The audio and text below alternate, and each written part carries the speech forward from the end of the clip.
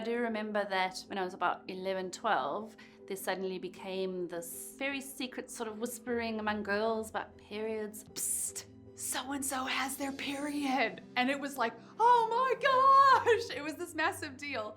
But I didn't know what it meant. It was just like waiting for doomsday, like this is not supposed to be, which I guess is quite a unique experience maybe to trans and gender diverse people who were assigned female at birth. When I first noticed that my body was showing signs that I was going to get my period, it was like, oh, I'm going to be in the club soon. I remember all the boys were handed out a stick of deodorant and the girls were handed out pads. And sometimes the boys would trade their deodorant sticks to the girls for their pads and would rip the pack open and stick it on our foreheads. Definitely felt a little bit of a shame around it, and it didn't really feel like I could tell guys about it. Ikura, Aunt Flo, Shark Week, period, code red. Menstruation has a lot of names, but despite being experienced by millions of people across the world, it's still rarely talked about.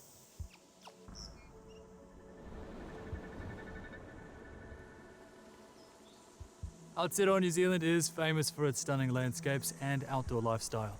Nature is inherently inclusive, but some of our culture surrounding it is not. False beliefs, negative perceptions, and a lack of support and education mean that some people who menstruate don't get to enjoy Papatuanuku and all she has to offer.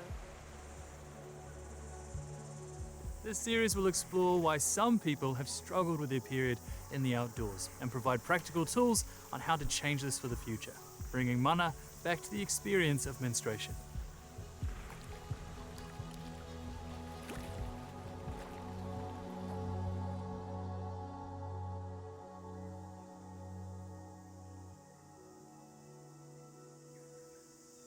Throughout most of history, the outdoors have primarily been considered the domain of men, prioritizing physical strength, toughness, and dominance over nature.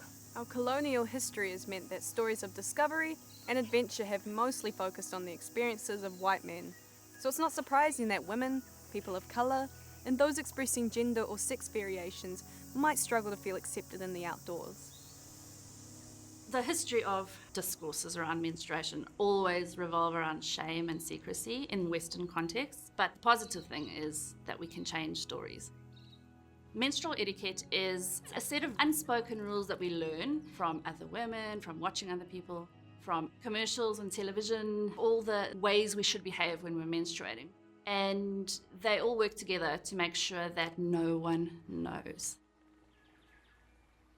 So in Western societies, there's this norm of concealment, and it's all hush-hush and giggles, but that communicates this idea that there's something secret going on and potentially shameful. What's quite interesting is this idea of unwellness, that your body is somehow not okay. It lingers in the ideas that women have about their periods.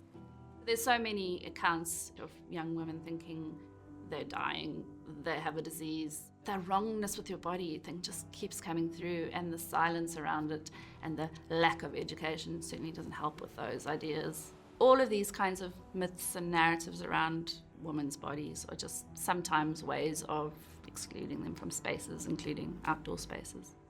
I talk about women often because that is where the burden lies mostly, but it isn't only women who menstruate. And now when we're aware of more genders and gender fluidity, I think the fact that we still talk about feminine hygiene products and women's issues is a huge barrier to just addressing this problem for all bodies that menstruate. Languages play an important role in communicating the values, stories, and culture held by groups of people. Many words and their meanings don't translate easily or accurately between languages, which can sometimes lead to misrepresentation. When Aotearoa was colonised and Western ethnographers who were often male from a completely different culture, not speaking the language, came in and were observing the pa framework and the pa structure, gotten things really wrong and mixed up, and documented women going to a different part of the pa and not working. So the assumption was that women were sent away and were separate from everyone because they were bleeding and because that therefore meant that they were like dirty and unclean, so you like put that separate. Actually, what was happening is these women recognised that they were in a state of tapu and they were sacred at that time. They had the choice to go and rest if they wanted to, and there was specific spaces that were created that you can go and bleed. There's other people from the whānau and the hapu that are looking after them and caring for them. So everyone had to learn about what periods was. Grandma was teaching it, dad was listening, brother and cousins were learning about it. It was celebrated by the whole pā, the whole whānau. Everyone knew and was happy for you that you were now transitioning into this next phase of your womanhood or your journey as a young person.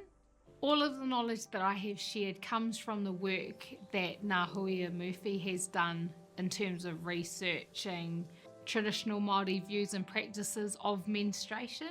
And so I have put my perspective on it as a Samoan woman who has grown up in Te Ao Māori but does not whakapapa Māori in the work that I am now doing with girls and young women. With self-care, it starts with the mindset of it is okay to rest and have a day off. And I think in our society at the moment, it's a lot like, we can do anything while we're bleeding, which is so positive and cool, but also on the other end of the spectrum, acknowledging that you don't just have to power through and pretend you're not bleeding or you're not in pain and you're just going to do things anyway. I feel that your ikura is like a vehicle for you to actually connect with self, connect with your body. What we're trying to dismantle is this really negative narrative that supports what the ethnographers have documented. If we look to the perspective of Te Ao Māori or traditional views on your ikura or your period, they called it things like Waiwiro, ikura, te awa atua, the divine river of the gods. So that's a very different narrative. Again, it's that idea of what do you do with something that is precious? You take care of it. Not only am I going to take care of the blood or how I'm disposing or managing my blood, I'm going to take care of the vessel that it's coming from because it is sacred and tapu. Over the years, I have absolutely got more comfortable with having a period. Do I enjoy it? Nah, but I can deal with it more. Removing that gendered element of it would really help. Gender dysphoria comes from the idea that having a period is exclusively a woman's thing. If I didn't bleed every month, I might forget to maybe implement some self-care. So I always feel grateful for my body for reminding me to slow down and have a break.